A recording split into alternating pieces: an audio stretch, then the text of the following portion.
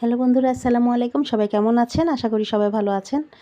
তো আজকে আমি সেই কালকের ওই আলু ভর্তা দিয়ে যে পরোটাটা বানানোর কথা ছিল, আজকে আমি সেটা বানিয়ে তৈরি করে ভেজে আপনাদেরকে দেখাবো যে কত সুন্দর একটা ক্রিসপি সুন্দর একটা পরোটা তৈরি হয়ে যায়। এটা দিয়ে আসলে খেতেও অনেক স্বাদ। তো চলুন দেখা যাক। তো আমি এবার ঈদে আসলে কোথাও বেড়াইতে যাইনি।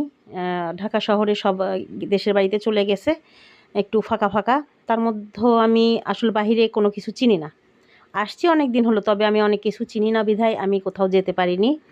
তবে আস্তে, আস্তে পুরাতন হয়ে গেলে আরও চেনার চেষ্টা করব। তারপর আস্তে, আস্তে সেখানে আমি বেড়াইতে যাব। তবে আমি এখন আপাতত যেতে পারছি না, যে আমি চিনি না। তারপরেও ভাবছি আমার বাড়ির কাছে একটা বিলের পাড় আছে। সেখানে গেলে যাওয়া যেতে পারে, সেটা আমি চিনি।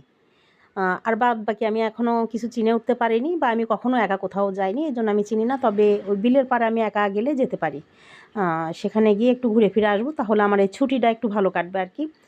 একঘেয়েরিভাবে বাসায় বসে থাকাটা একটা বিরক্তকর। যাই হোক, তো আমি পরোটাটা আমি বানিয়েই ফেলেছি ফ্রাই, আর একটা বাকি আছে, ওটাও আমি দিয়ে ফেলবো। এভাবেই আলু ভর্তা পরোটা বানিয়ে আপনারা খেতে পারেন। আল্লাহ হাফেজ, সবাই ভালো থাকবেন।